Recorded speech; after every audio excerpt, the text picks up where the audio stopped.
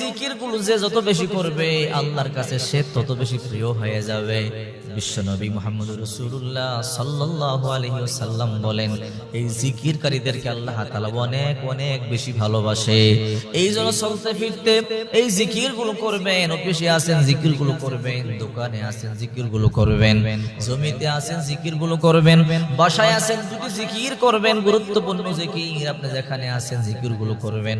বিশ্বনবী মুহাম্মদুর রাসূলুল্লাহ সাল্লাল্লাহু আলাইহি ওয়াসাল্লাম বলেন, এই দুটি জিকির আল্লাহর কাছে সবচাইতে বেশি প্রিয়। বুখারীতে একটা অধ্যায় আছে বাবু ফাদলুত তাসবিহ।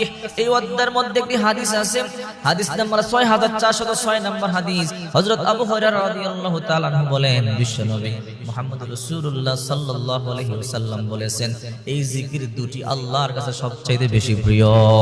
আন আবি হুরায়রা রাদিয়াল্লাহু তাআলা আনহু আনিন নবী সাল্লাল্লাহু আলাইহি ওয়াসাল্লাম قال كلمتان خفيفتان على اللسان ثقيلتان في الميزان حبيبتان إلى الرحمن سبحان الله العظيم سبحان الله وبحمده। বুখারীর একটা অধ্যায় বাবু ফাদলুত তাসবিহর মধ্যে এসেছে, হাদিস নাম্বার 6406 নম্বর হাদিস। হযরত আবু হুরায়রা রাদিয়াল্লাহু তাআলা আনহু বলেন, বিশ্বনবী মুহাম্মদুর রাসূলুল্লাহ সাল্লাল্লাহু আলাইহি ওয়াসাল্লাম বলেছেন, দুটি বাক্য এমন আছে যে দুটি বাক্য জবানে পড়তে বড় সহজ, মিজানের পাল্লায় অনেক ভারী, আর আল্লাহর কাছে অনেক পছন্দনীয়। আল্লাহ তাআলা অনেক পছন্দ করেন। সাহাবায়ে কেরাম বলেন, ইয়া রাসূলুল্লাহ, ওই বাক্য দুটি কি আমাদেরকে বলবেন কি? নবী মুহাম্মদুর রাসূলুল্লাহ সাল্লাল্লাহু আলাইহি ওয়াসাল্লাম বললেন, সুবহানাল্লাহিল আযীম সুবহানাল্লাহি ওয়া বিহামদিহি সুবহানাল্লাহিল আযীম সুবহানাল্লাহি ওয়া বিহামদিহি। এই দুটি বাক্য আল্লাহর কাছে অনেক প্রিয়, আল্লাহর কাছে অনেক পছন্দ। এই দুটি বাক্যের জিকির যে যত বেশি করে আল্লাহর কাছে সে তত বেশি প্রিয় হয়ে যায়। শুধু তাই নয়, জবানে পড়তে বড় সহজ, কিন্তু মিজানের পাল্লায় অনেক ভারী।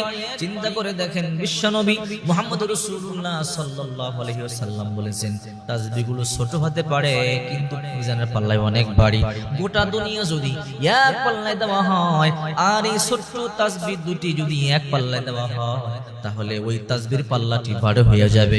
এই জন্য যেখানেই থাকবেন সুবহানাল্লাহিল আযীম সুবহানাল্লাহি ওয়া বিহামদিহি সুবহানাল্লাহিল আযীম সুবহানাল্লাহি ওয়া বিহামদিহি। আল্লাহর কাছে অনেক প্রিয় এই জিকিরগুলো। এই জন্য এই ছোট্ট জিকির বেশি বেশি পাঠ করবেন।